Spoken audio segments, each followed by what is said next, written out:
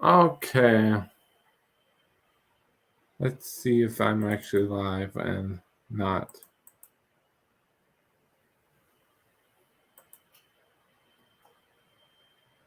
I didn't say I'm. Oh yeah, there it is.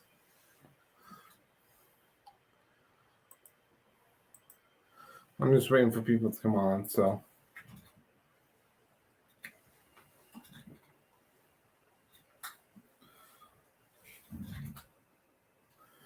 waiting for people to come on.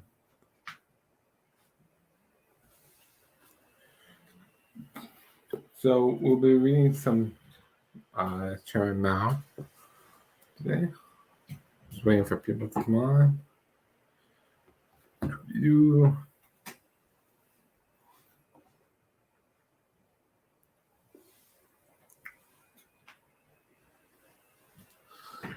probably not having any people coming on, so I'm just gonna read some quotations from Chairman Mao.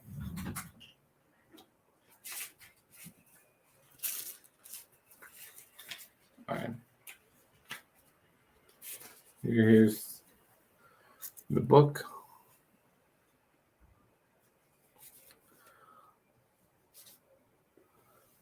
Number 1, the Communist Party.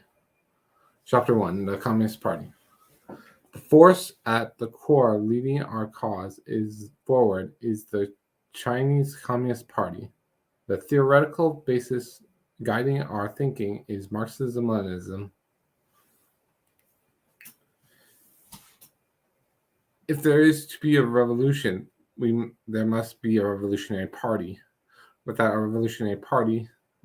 party built on the Marxist-Leninist revolutionary theory and in Marxist revolutionary style, it is impossible to lead the working class and broad masses of people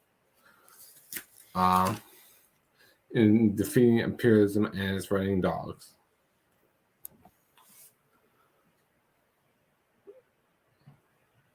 Without the efforts of the Chinese Communist Party, without the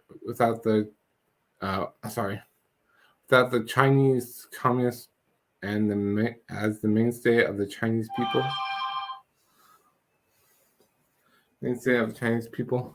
China can never achieve independence and liberation or industrialization and the modernization of her agriculture. The Chinese Communist Party is the core leadership of the whole Chinese people. Without this core, the cause of socialism cannot be victorious.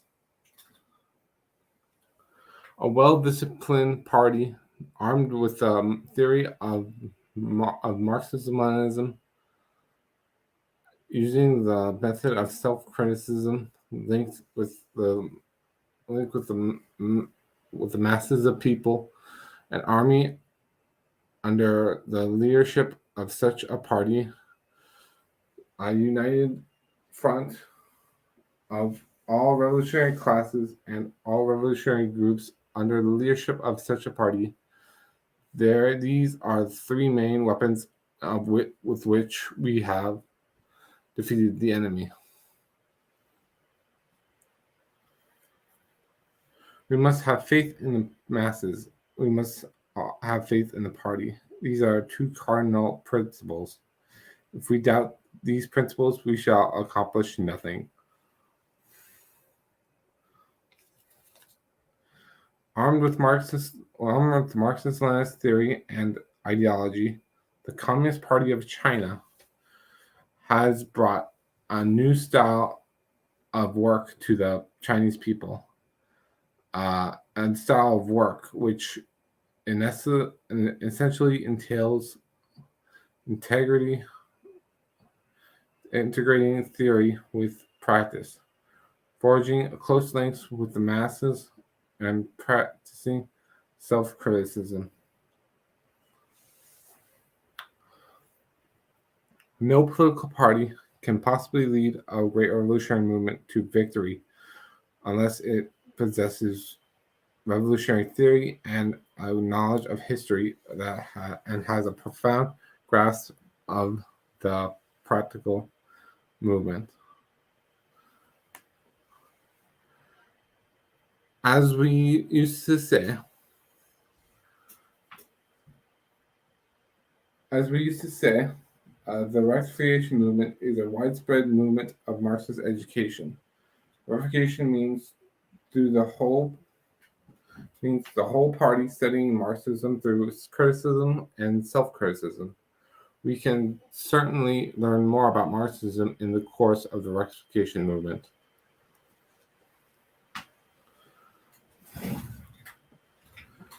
It is an arduous task to ensure a better life for the several hundred million people of China, and to build our economically and culturally backward country into a prosperous, powerful one, with a high level of culture, and it is precisely in order to be able to shoulder this task more competently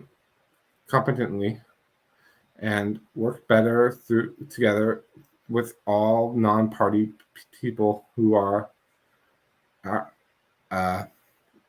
actuated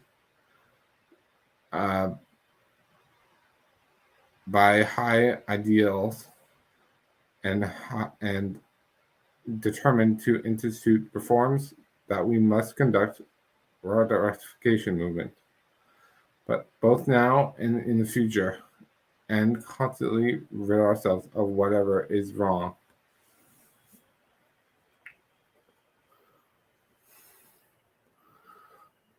Policy is the starting point of all the practical actions of the Revolutionary Party, and it manifests itself in the process and in the end result of the party's actions. A revolutionary party is carrying out a policy, whatever it takes action. If it's not carrying out a correct policy, it is carrying out a wrong policy. If it is not carrying out a given policy consciously, it's doing so blindly. That what we call experience is the process and the end result of carrying out a policy.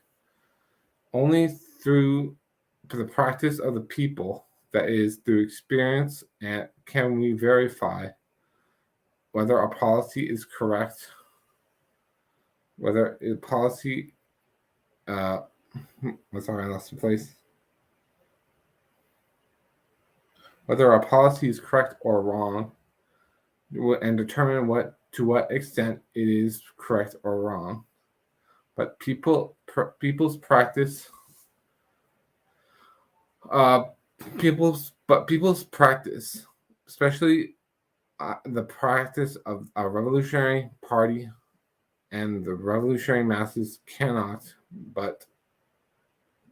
be bound up with one policy or another. Therefore, before any action is taken, we must explain the policy which we have formulated in the light of the given circumstances to the two party members and to the masses.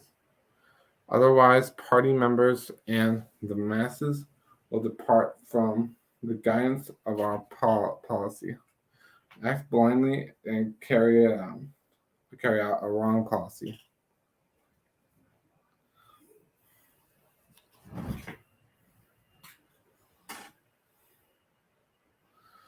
Our party has laid out the general line and the general policy of the Chinese Revolution, as well as various specific lines for work and specific policies.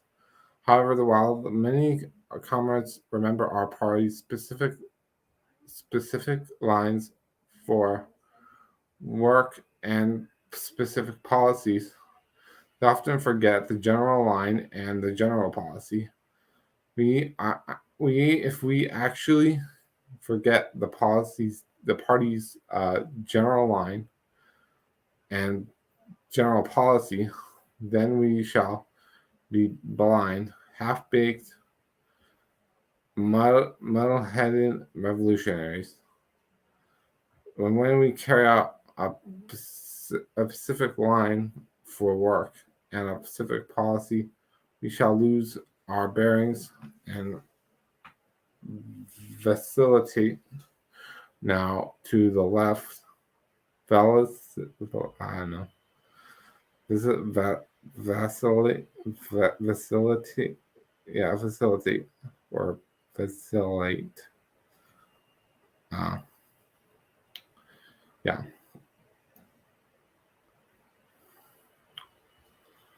So let's see. Facilitate and now to left, not left to the left, now to the right, and our work will suffer. Sorry, I'm not the best reader, but I'm just, this is the first time I'm doing a live stream, so bear with me. See if anyone's get on here.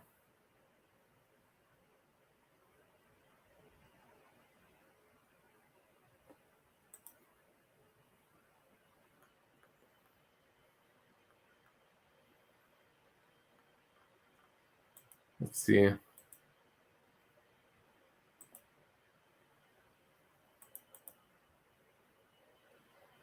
See.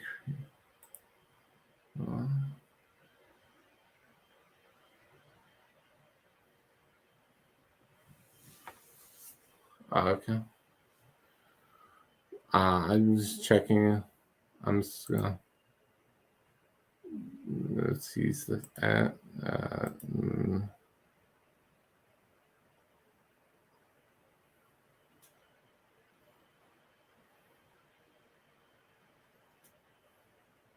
Let's see. Where is deleting the old stream? Delete forever. I delete forever. I'm gonna click on this.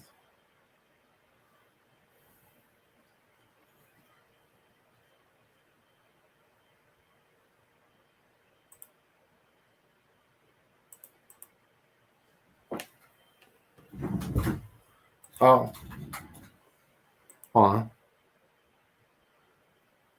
on. Oh, someone actually is joining. I didn't know that. Hello, Grand Theft Ruben. I'm just reading some quotations from Chairman Mao. Oh, that was just recently. Okay. Anyway, I'm ever heard of? Let's see if I can. Let's show. Ever heard of boba liberals? AKA the tea milk fascists? Nope, I have never heard of that. History of people. Yeah, I don't know what that is. Sorry. And I think he's gone because the view. I don't know. Well, let's continue.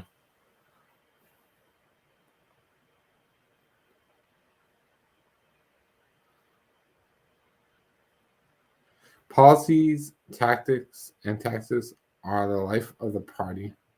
Leading comments.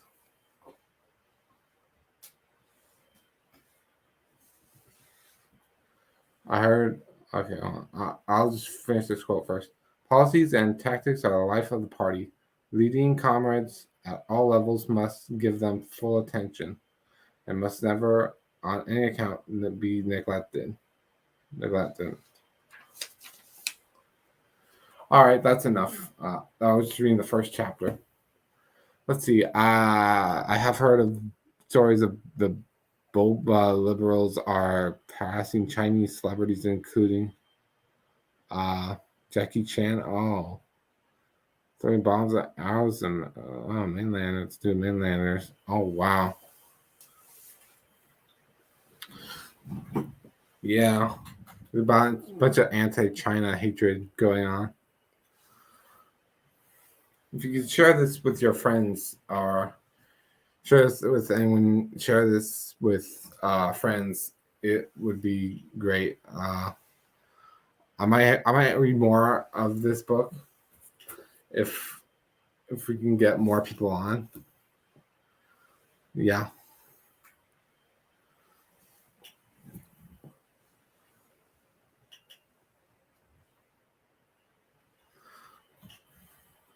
Plus that fact was wrong. It was a fascist head funded by the CIA. Sure, familiar.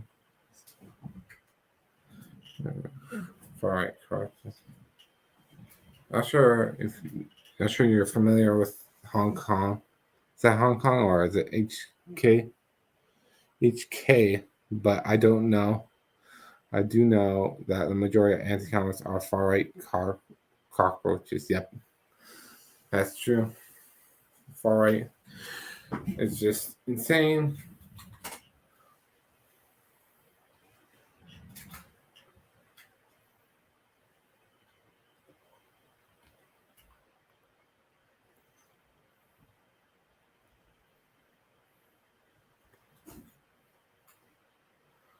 So national security far right.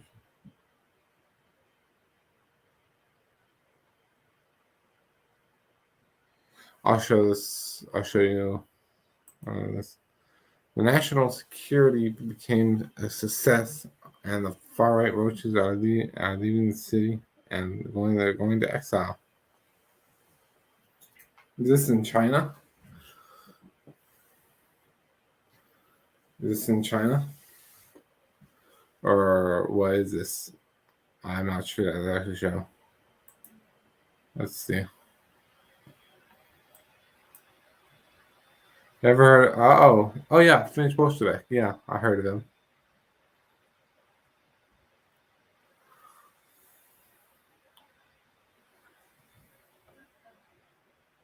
Yeah, he makes very good videos. I need to watch. I need to rewatch his Communism for Beginners video. Uh, it's very informational. He's very well read and yeah, he's very good. That's all I have to say about him.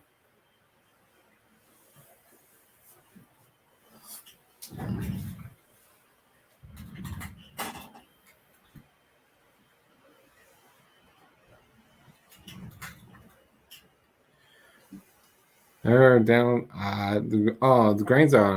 I have heard the Grey Zone. Um, but um,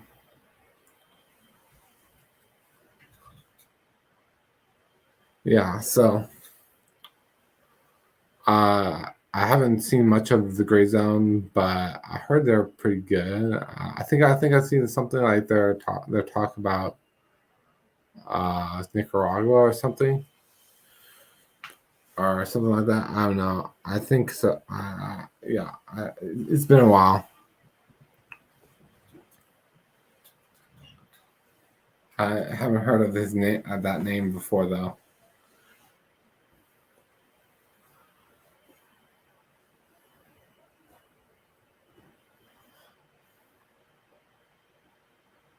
I've heard of Nation Rich, Viking, American Force.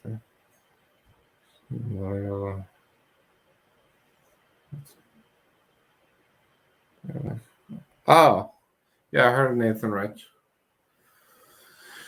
Yeah, I just subscribed to his channel and he makes pretty interesting videos. I mean, I haven't seen all his videos. I just saw one video of his and I thought it was interesting. I'm going to continue reading since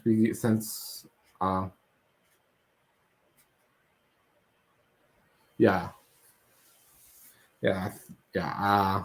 I'm not sure who that is, but if he debunks bourgeois media, that's good. All right. Chapter 2: Classes and Class Struggle. Classes struggle. Some classes triumph, others are eliminated. Such is history. Such is the history of civilization for thousands of years. To interpret history from this viewpoint is historical materialism.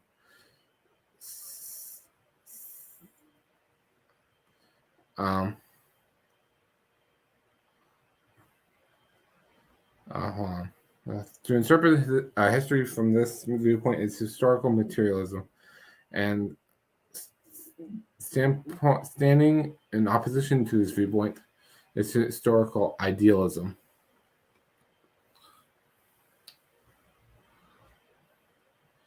In class society, everyone lives as a member of a particular class, and every kind of thinking, without exception, is stamped with a brand of class. Let's see. I'm gonna look up the comments here. Ever heard of Ramiro Funes, aka? And I don't think he's technically. I don't know if he's anti-Conquista, but he is. I watched his documentary about Nicaragua, and he's very good. It makes very good live streams, like the one on Zimbabwe. Pretty interesting. Let's see, George Galloway. Yeah, he's pretty good. I haven't recently listened to his stuff, but yeah, it's yeah, he's pretty good. Yeah, he's doing more positive than negative from what I've seen. Okay. Classes in a society are due chiefly to the development of the internal contradictions in society. That is, the contradictions between the productive forces and the relations of production. Contradictions between classes, contradictions between old and new, and is the development of these contradictions that pushes society forward and gives the impotent I'm so sorry. Impetus gives the impetus for the supersession of the old society by the new. The ruthless economic exploitation and political oppression of the peasants by the landlord class forced them into numerous uprisings against its rule. It was the class struggle of the peasants, the peasant uprisings, and the peasant wars that constituted the real motive force in the historical development in Chinese feudal society. Let's see, okay.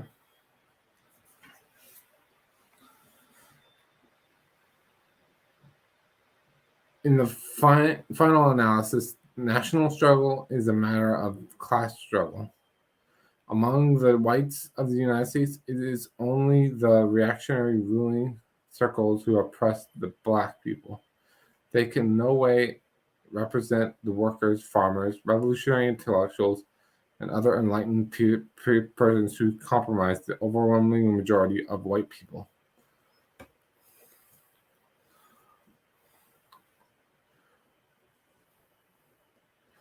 It is up to us to organize the people. As for the reactionaries in China, it is up to us to organize the people to overthrow them.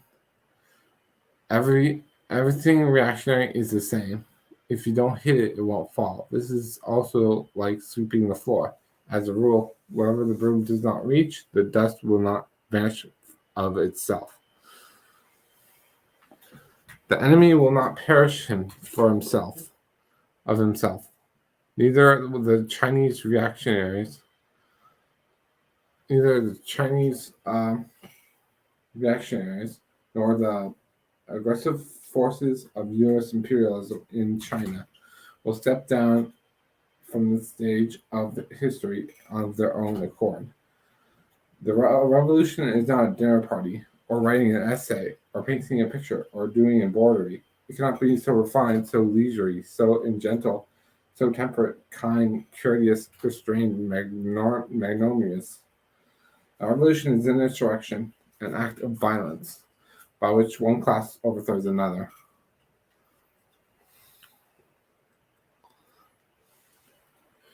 Chiang Kai-shek always tries to wrest every ounce of power and every ounce of gain from the people.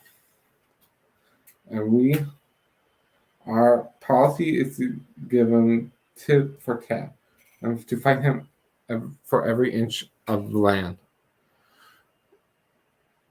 We act after his fashion. He always tries to impose war on the people with one sword on the right and one on the other. We take up swords too, following his example. As Chiang Kai-shek is now sharpening his swords, we must sharpen ours too. Who are our enemies? Who are our friends? This question is the first importance for the revolution. The basic reason why all previous revolutionary struggles in China achieved so little was their failure to unite with real friends in order to attack real enemies. Our Revolutionary Party is the guide of the masses, and no revolution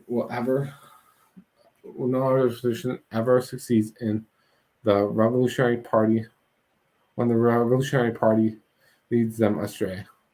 To ensure that we will definitely achieve success in our revolution, we will not lead on the masses astray. We must pay attention to uniting with our real friends in order to attack our real enemies. To distinguish real friends from real enemies, we must make a general analysis of the Chinese economic status of various classes in Chinese society and their respective attitudes towards the revolution. Let's see, is anyone else coming on here? Nope. Nope, the comments are still the same. Our enemies are those in league with the imperialism, with the landlords, the bureaucrats, the comprador class, the big landlord class, and the reactionary section of the intelligentsia attached to them. The leading force in our revolution is the industrial proletariat. Our closest friends are the tire semi-proletariat and the petty bourgeoisie. As for the vacillating middle bourgeoisie, their right wing may become our enemy, and their left wing may become our friend. We must be constantly on guard, and not let them create confusion within our ranks. Whoever sides with the people is a revolutionary. Whoever sides with imperialism, feudalism, bureaucrat capitalism is a counter-revolutionary. Whoever sides with the revolutionary people in words but acts otherwise is a revolutionary in speech. Whoever sides with the revolutionary people in deed as well as in word, is a revolution in the full sense.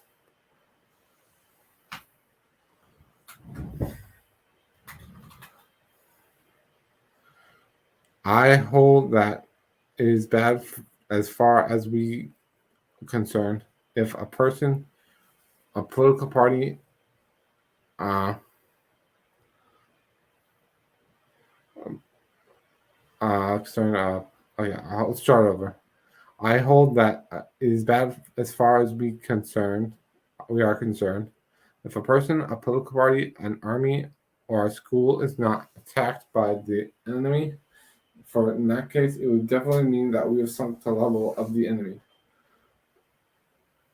It is good if we are attacked by the enemy, since it proves we have drawn a clear line and demarcation between the enemy and ourselves.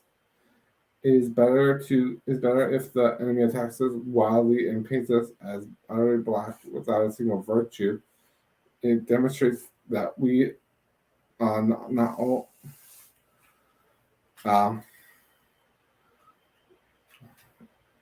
demonstrates that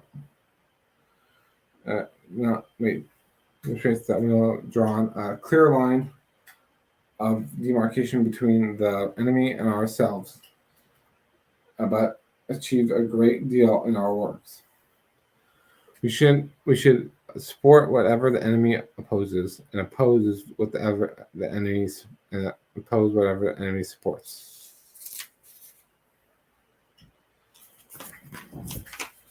See how much more stuff. Okay.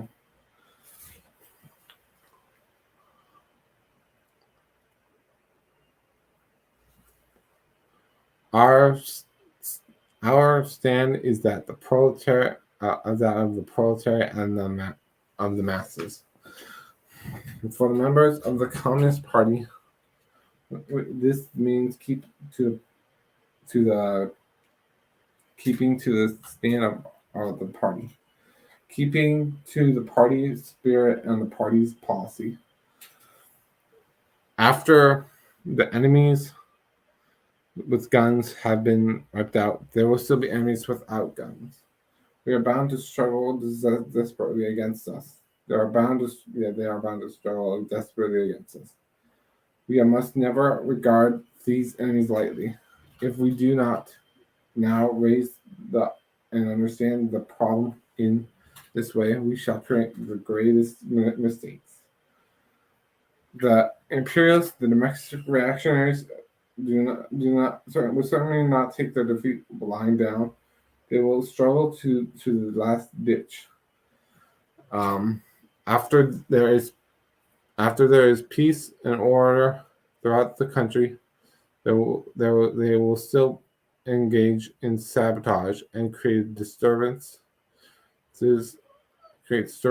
in various ways, and try every day and every minute to stage a comeback.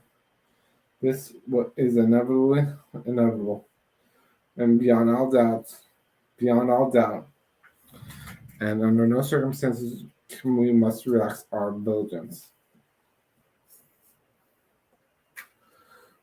In China, although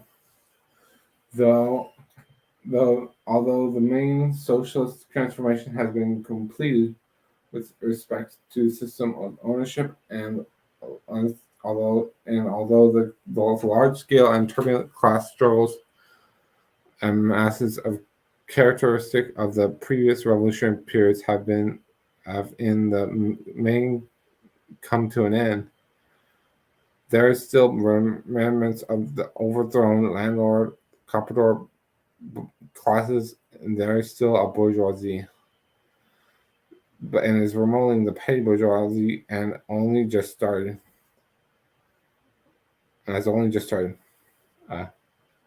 The class struggle is by no means over.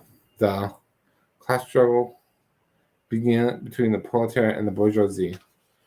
Class struggle between the different political forces. The class struggle in the ideological field between the proletariats and the bourgeoisie will continue to be long and tortuous.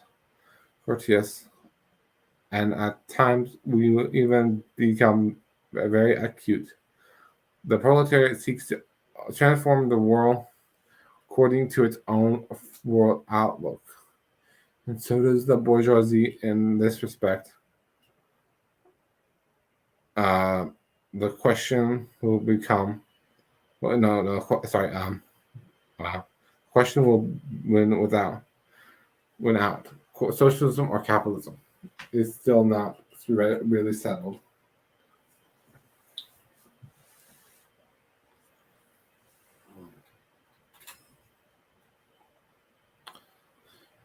It will take a fairly long period of time to decide the issue and the ideological struggle between socialism and capitalism in our country.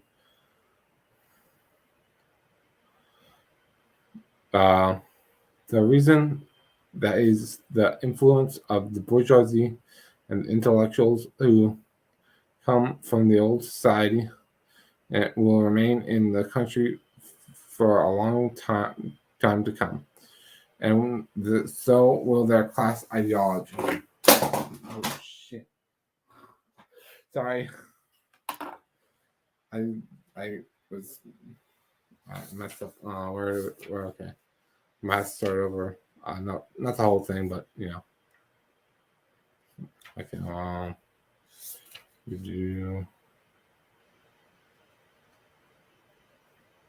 Okay, sorry about that. I just dropped my mouse from the computer. Start over. It will take a very long time, a period of time, to decide what the issue of in the ideological struggle between socialism and capitalism in our country. The reason that the influence of the bourgeoisie and the intellectuals who come from the old society will remain in our country for a long time to come. And so will their class ideology. This is not sufficiently understood. If this is not sufficiently understood or not understood at all, the gravest mistakes will be made. And the necessity of waging the struggle in the ideological field will be ignored. In our country, the petty bourgeoisie ideology, anti-Marxist ideology will continue this for a long time. Basically, the socialist system has been established in our country. We have won the basic victory of transporting ownership of the means of production. We have not yet won a complete victory on the political and ideological fronts. In the ideological field,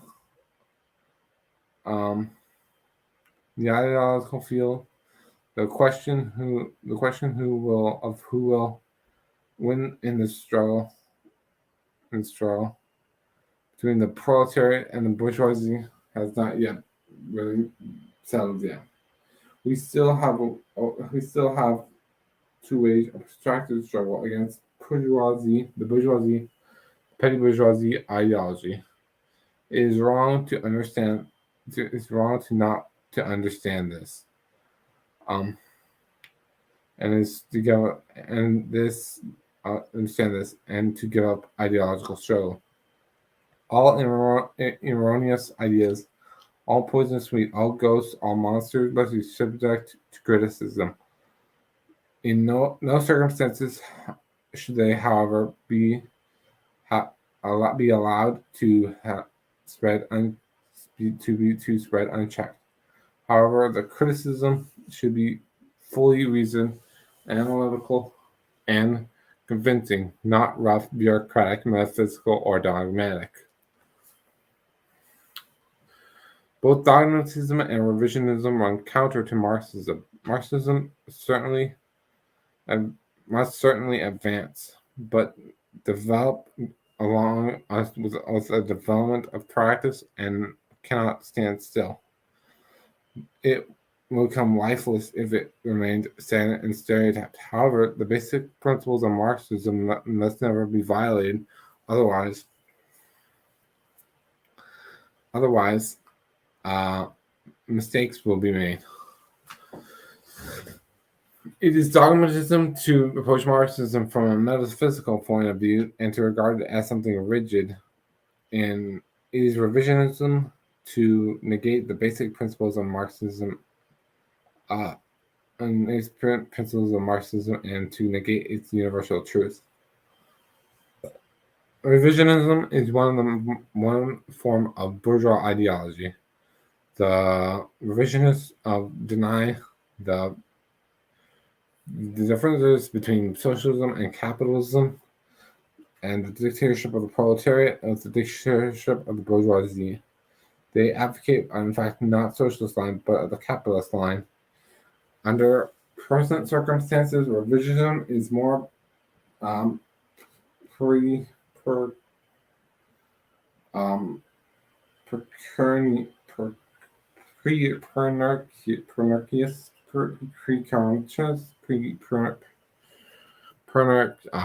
don't know.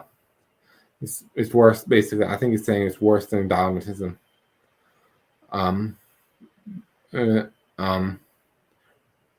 one of our current important tasks on the ideological front is to unfold criticism of revisionism. Revisionism, or right opportunism, is a bourgeois trend of thought that even more dangerous than dogmatism. That even is more dangerous than. Oh yeah, okay. Sorry, I repeated myself. I keep repeating myself. I'm so sorry. This is my first live stream, so bear with me. The revisionists and the right opportunists pay lip service to Marxism. They too attack dogmatism, but what they really are attacking is the quintessence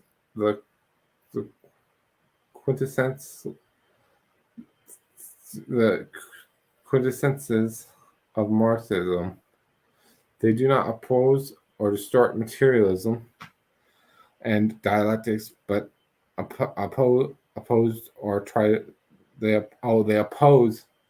distort materialism and dialectics, and oppose or try to weaken the People's Democratic Dictatorship and the leadership of the role of the Communist Party, and they oppose to try to weaken socialist transformation and socialist construction after the basic revolution and socialist revolution in our country. There are still a number of people who vainly hope to restore the capitalist system and fight the working class on every front, including the ideological one, and the right-hand men in this struggle are the revisionists. Alrighty, I think that's enough. So, if you like this stream, please share it with your friends, and I hope you enjoy. Red salute.